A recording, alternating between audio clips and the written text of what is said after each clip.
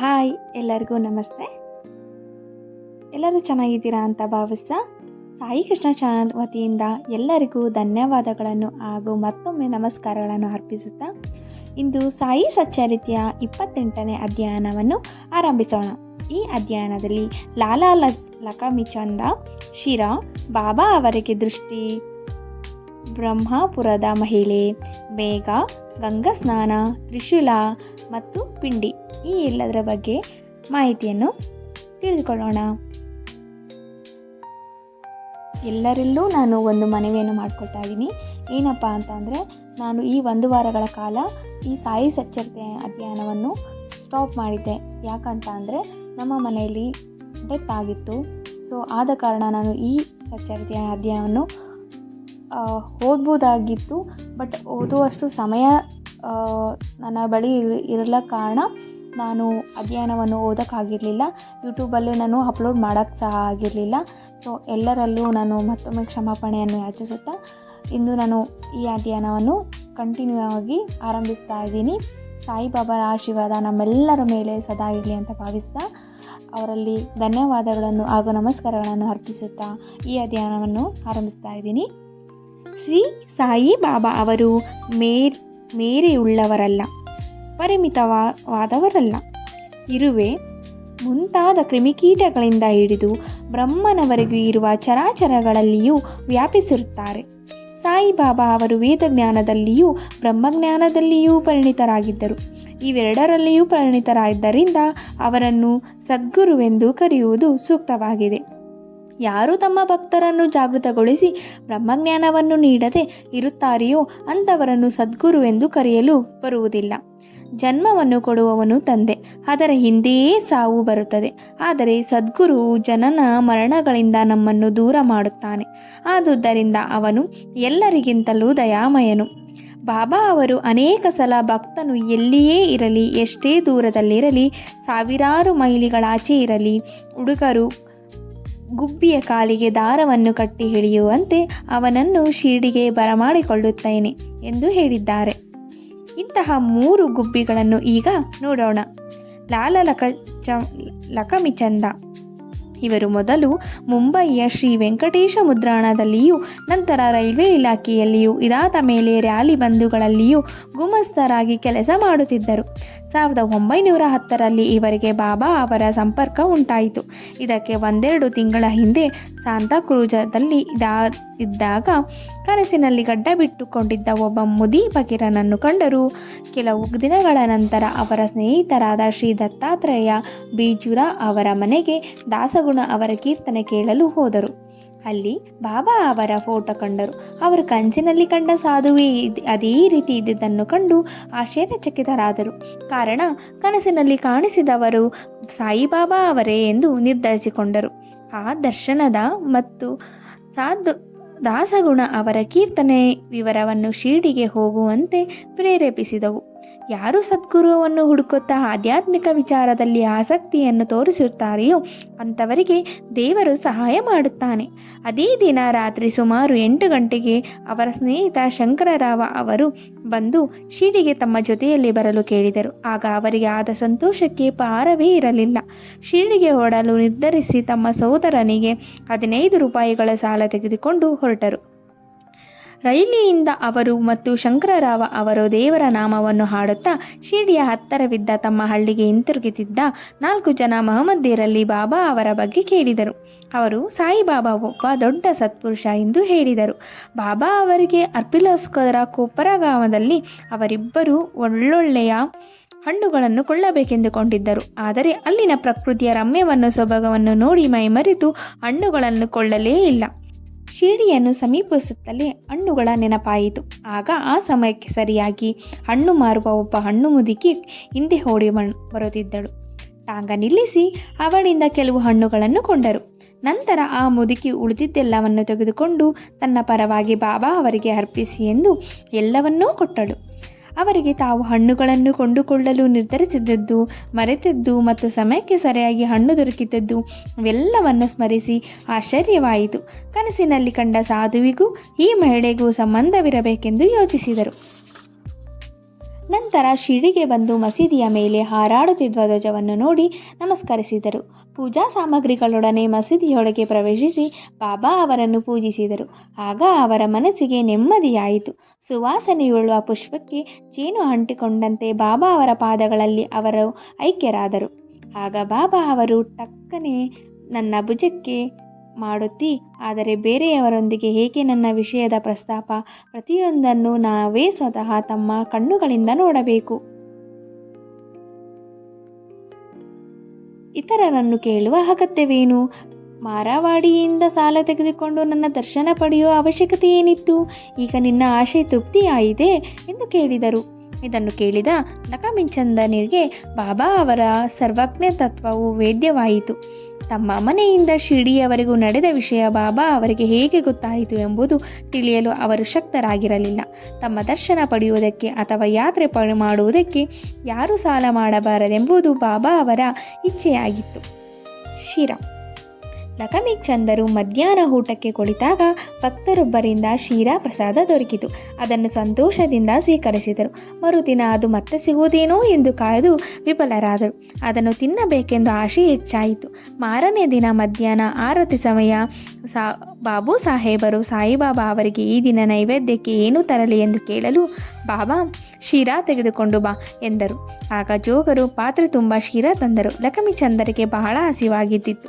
ಅಲ್ಲದೆ ಬೆನ್ನು ನೋವಿಂದ ಸಂಕಟ ಪಡುತ್ತಿದ್ದರು. ಆಗ ಸಾಯಿಬಾಬಾ ಅವರನ್ನು ಕುರಿತು, ಈ ಶಿರಾ ತೆಗೆದುಕೋ, ಬೆನ್ನಿಗೆ ಔಷಧ ಬೇಕಾಗಿದೆ ಎಂದರು. ಆಗಲೂ ಸಹ ಬಾಬಾ ಅವರು ತಮ್ಮ ಮನೋಇಂಗಿತ ಅರಿತದ್ದನ್ನು ಕಂಡು ಆಶ್ಚರ್ಯಚಕಿತರಾದರು. ಬಾಬಾ ಅವರಿಗೆ ದೃಷ್ಟಿ. ಈ ಸಂದರ್ಭದಲ್ಲಿ ಲಖಮೀಚಂದ ಒಂದು ದಿನ ಚಾವಡಿ ಮೆರವಣಿಗೆಯನ್ನು ನೋಡಿದರು. ಆಗ ಬಾಬಾ ಅವರು ಕೆಮ್ಮಿನಿಂದ ನಡುತ್ತಿದ್ದರು. ಬಾಬಾ ಅವರಿಗೆ ದೃಷ್ಟಿ ಆಗಿದೆ ಎಂದು ಅವರು ಭಾವಿಸಿದರು. ಬಾಬಾ ಅವರು ಮಸೀದಿಯಲ್ಲಿ ಶ್ಯಾಮ ಅವರನ್ನು ಕುರಿತು, ನಿನ್ನೆ ನಾನು ಕೆಮ್ಮಿನಿಂದ ನಡುತ್ತಿದ್ದೆ, ಯಾರದೂ ಕೆಟ್ಟ ದೃಷ್ಟಿ ಇರಬೇಕಲ್ಲವೇ ಎಂದರು. ಇದನ್ನು ಕಂಡ ಲಖಮೀಚಂದರು ಬಾಬಾ ಅವರ ಪಾದಗಳಿಗೆ ಎರಗಿ, ನಿಮ್ಮ ದರ್ಶನದಿಂದ ನಾನು ಧನ್ಯನಾದೆ. ನಾನೇ ಭಾಗ್ಯವಂತ. ಯಾವಾಗಲೂ ದಯಾಮಯರಾಗಿ ನನ್ನನ್ನು ಕಾಪಾಡಿ. ನಿಮ್ಮ ಹೊರತಾಗಿಯೂ ನನಗೆ ಬೇರೆ ದೇವರಿಲ್ಲ. ನಮ್ಮ ಮನಸ್ಸು ಯಾವಾಗಲೂ ನಿಮ್ಮ ಭಜನೆಯಲ್ಲಿಯೇ ನಿರಂತರವಾಗಿರಲಿ. ಯಾವಾಗಲೂ ನಿಮ್ಮ ದಯೆಯಿಂದ ನಮ್ಮ ಕಷ್ಟಗಳೆಲ್ಲವೂ ದೂರವಾಗಲಿ. ಯಾವಾಗಲೂ ನಿಮ್ಮ ನಾಮಸ್ಮರಣೆ ಮಾಡುವ ಯೋಗ ನಮಗೆ ದೊರಕಲಿ ಎಂದರು.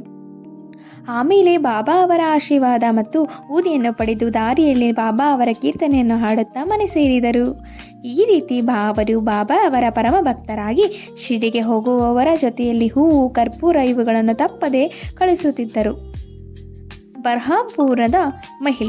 ಬರ್ಹಾಂಪುರದ ಮಹಿಳೆಯೊಬ್ಬಳು ಬಾಬಾ ಅವರು ತಮ್ಮ ಬಾಗಿಲಿಗೆ ಭಿಕ್ಷೆಗೆ ಬಂದಿರುವುದನ್ನು ಕನಸಿನಲ್ಲಿ ಕಂಡಳು. ಎದ್ದು ನೋಡಲು ಬಾಗಿಲ ಬಳಿ ಯಾರೂ ಇರಲಿಲ್ಲ. ಅವಳು ಆನಂದಭರಿತಳಾಗಿ ಮನೆಯವರೆಲ್ಲರಿಗೂ ಕನಸಿನ ವಿಷಯವನ್ನು ಹೇಳಿದಳು. ಅವಳ ಪತಿಯು ಅಂಚೆ ಇಲಾಖೆಯಲ್ಲಿ ಕೆಲಸದಲ್ಲಿದ್ದನು. ನಂತರ ಅವನಿಗೆ ಅಂಕೋಲದವರೆಗೆ ವರ್ಗವಾಯಿತು.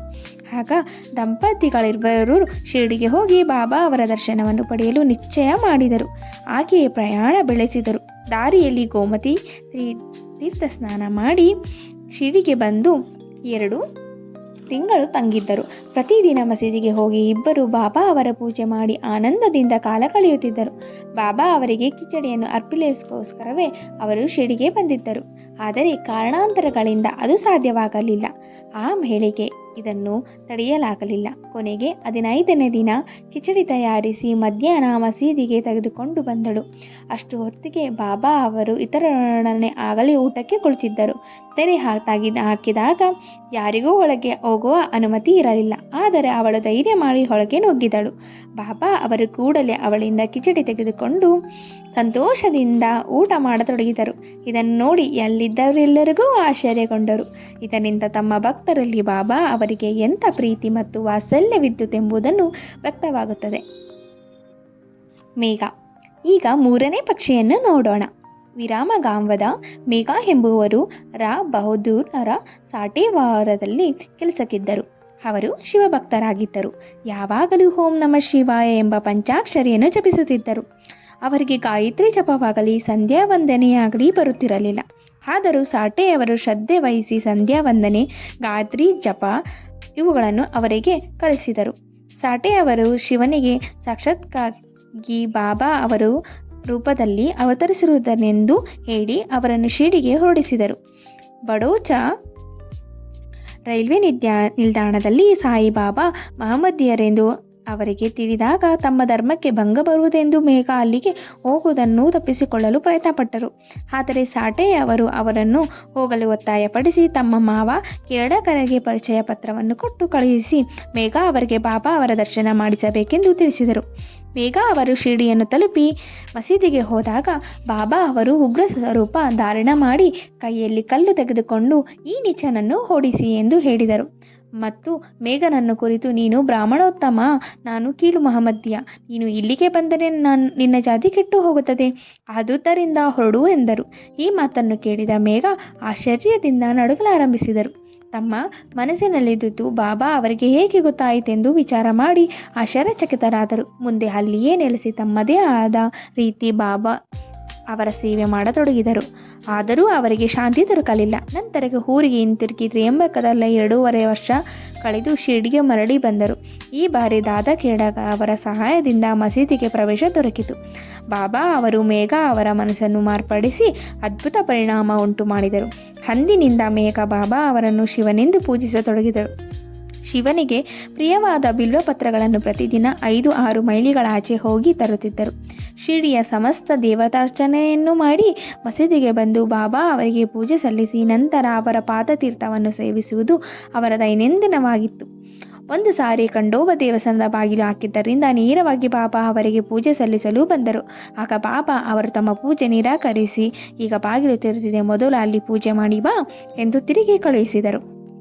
ಗಂಗಾ ಸ್ನಾನ. ಅಂದು ಮಕರ ಸಂಕ್ರಾಂತಿ. ಮೇಘ ಅವರಿಗೆ ಬಾಬಾ ಅವರ ಮೈಗೆ ಗಂಧವನ್ನು ಲೇಪಿಸಿ ಗಂಗಾಜಲದಲ್ಲಿ ಸ್ನಾನ ಮಾಡಿಸಬೇಕೆಂದು ಆಸೆಯಾಯಿತು. ಬಾಬಾ ಅವರು ಮೊದಲು ಇದಕ್ಕೊಪ್ಪಲಿಲ್ಲ, ಆದರೆ ಬಹಳ ಒತ್ತಾಯದ ಮಾಡಿದ್ದರಿಂದ ಒಪ್ಪಿದರು. ಗೋದಾವರಿ ನದಿಯಿಂದ ನೀರು ತರಲು ಶಿರ್ಡಿಯಿಂದ 8 ಮೈಲಿ ಮೇಘ ಹೋಗಿ ಬರಬೇಕಾಗುತ್ತಿತ್ತು. ಮೇಘ ನೀರು ತಂದು ಬಾಬಾ ಅವರ ಸ್ನಾನಕ್ಕೆ ಸಿದ್ಧರಾಗಲು ಹೇಳಿದರು.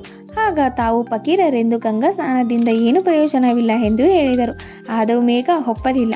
ಕಡೆಗೆ ಬಾಬಾ ಅನುಮತಿಸಿ ಒಂದು ಹಲಿಗೆಯ ಮೇಲೆ ಕುಳಿತು ತಮ್ಮ ತಲೆಯನ್ನು ಮುಂದಕ್ಕೆ ಚಾಚಿ, ಮೇಘ ನನ್ನದೊಂದು ಭಿನ್ನ ಶರೀರದ ಮುಖ್ಯ ಅಂಗ, ಆದುದರಿಂದ ಶಿರದ ಮೇಲೆ ಮಾತ್ರ ನೀರನ್ನು ಸುರಿದರೆ ಪೂರ್ತಿ ಸ್ನಾನ ಮಾಡಿದಂತೆಯೇ ಎಂದರು. ಹಾಗೆಯೇ ಆಗಲಿ ಎಂದು ಮೇಘ ಬಾಬಾ ಅವರ ತಲೆಯ ಮೇಲೆ ನೀರನ್ನು ಸುರಿಸುತ್ತಾ ಆನಂದ ಪರವಶರಾಗಿ ಮೈಮರೆತು ಹರಹರ ಗಂಗೆ ಎಂದು ಕೊಡವನ್ನು ಮೇಲಕ್ಕೆತ್ತಿ ಮೈಮೇಲೆಲ್ಲ ನೀರು ಸುರಿದರು.